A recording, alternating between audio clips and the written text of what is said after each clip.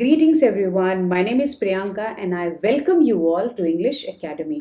इस वीडियो में हम अपनी हनी ड्यू बुक जो कि क्लास 8 की इंग्लिश बुक है उसका poem number 2 titled geography lesson पढ़ने वाले हैं and this poem has been written by Zulfikar Ghosh.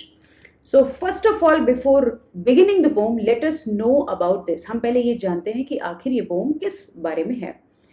Can you imagine what your city would look like if you saw it from 10,000 feet above the ground? क्या आपने कभी imagine किया है कि अगर आप अपने शहर को 10,000 फीट की ऊंचाई से देखते हैं तो वो आपको कैसा नजर आता है? Neatly planned and perfect in proportion like a geometric design. ये हमें नीटली प्लान नजर आता है और ये हमें लगता है कि परफेक्टली प्रोपोर्शन के साथ बनाया गया है, जैसे कि कोई भी एक ज्योमेट्रिक डिजाइन होता है जो कि ज्योमेट्री के सारे रूल्स को फॉलो करते हुए बनाया जाता है. It would strike you as something very different from what it actually is while you are in the thick of it.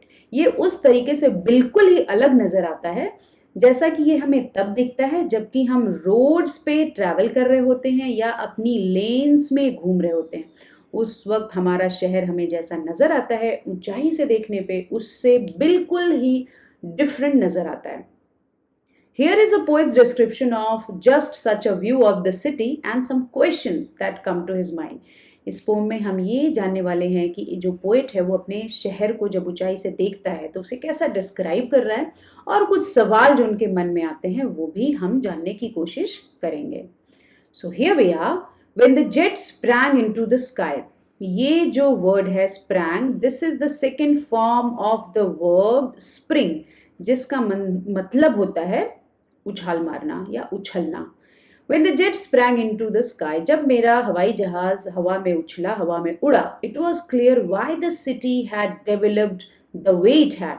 मुझे ये समझ आ गया कि जो मेरा शहर है वो इस तरीके से क्यों डेवलप हुआ है. Seeing it scaled 6 inches to the mile.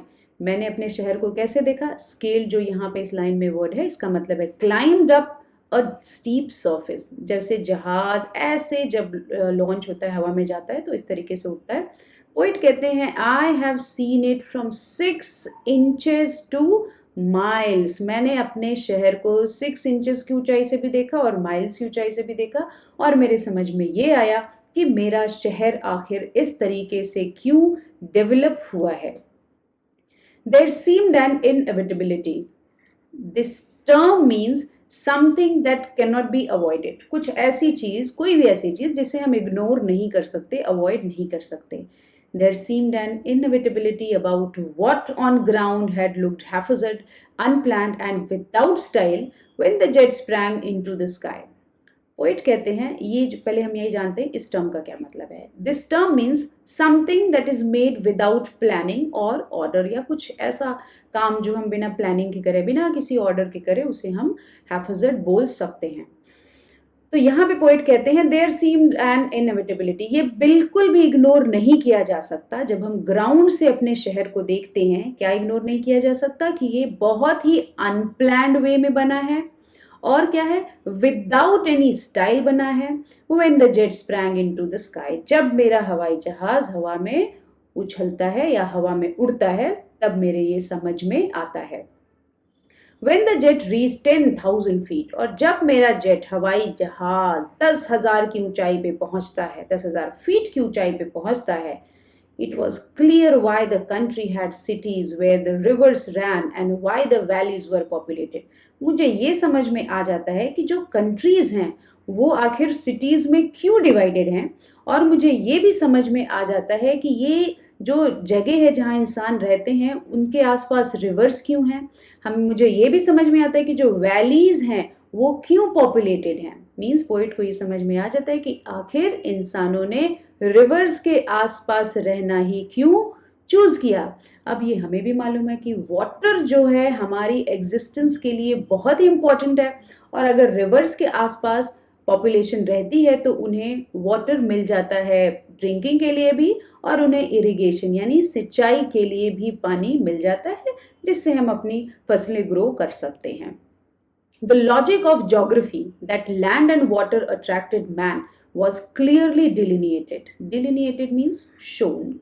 When the jet reached 10,000 feet, फिर पोइट यहाँ पे कंटिन्यू करते हैं कि जो ज्योग्राफी का लॉजिक है जिसमें कहा जाता है कि लैंड एंड वाटर जहां कहीं भी साथ रहे हैं वो जगह जो है अट्रैक्ट करती है ह्यूमंस को रहने के लिए, वहां बस जाने के लिए। और ये मुझे बिल्कुल ही साफ नजर आ गया When the jet reached 10,000 feet, जब मेरा हवाई जहाज 10,000 फीट की ऊंचाई पे पहुंचता है तब।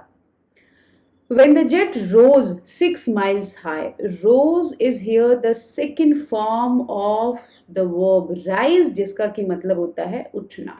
When the jet rose 6 miles high, जब मेरा जेट जो है 6 माइल्स की हाइट पे पहुंचता है, it was clear the earth was round, तब मुझे क्लियर हो जाता है कि जो हमारी धरती है वो क्या है, राउंड है, गोल है। And that it had more sea than land, और मुझे ये भी समझ में आ जाता है कि हमारी धरती पे सी यानी कि वाटर बॉडीज ज़्यादा हैं इन कंपेरिजन टू लैंड। हमारे जो वाटर बॉडीज हैं वो हमारे लैंड के एरिया से ज़्यादा हैं, ये मुझे समझ में आ जाता है कब, जब मेरा जहाज, हवाई जहाज 6 माइल्स की ऊंचाई पे पहुंच जाता है। But it was difficult to understand that the men on earth found causes to hate each other, to build walls across cities and to kill. From that height, it was not clear why. Poet कहते हैं मुझे सब चीज़ें तो समझ आ गई, मुझे ये भी समझ आ गया कि जो मेरा शहर है वो एक्चुअली अनप्लैन्ड नहीं है, वो प्लानिंग के साथ बना हुआ है। मुझे ये भी समझ आ जाता है कि रिवर्स के आसपास के एरियाज़ क्यों पॉपुलेटेड होते हैं, वैलीज़ क्यों पॉपुलेटेड होती हैं, इंसान क्यों वाटर बॉडीज़ के आसपास ही सेटल होना पसंद करता है। बट मुझे एक चीज़ समझ में नहीं आई कि जो इंसान धरती पे रहते हैं उन्हें क्यों मौका मिल जाता है, उन्हें क्यों कॉजेज मिल जाते हैं टू हेट ईच अदर, वो क्यों नफरत करते हैं एक दूसरे से। To build walls across cities, शहरों के और देशों के किनारे पे हम वॉल्स क्यों बना देते हैं। एंड टू किल, और हम क्यों एक दूसरे को जान से मारने के लिए तैयार रहते हैं, अपना दुश्मन समझते हैं, आखिर क्यों। From that height it was not clear why, even उतनी ऊंचाई पे जाने के बावजूद भी मुझे बाकी की चीज़ें समझ आ गई, बट ये बात बिल्कुल भी समझ में नहीं आई। That was all about this poem. I am sure you understood it very well, और आप डिस्क्रिप्शन बॉक्स को चेक कर सकते हैं बाकी के लेसन्स और पोम्स के लिए जो कि आपकी बुक में हैं, to keep you preparations going on. Thank you everybody for watching.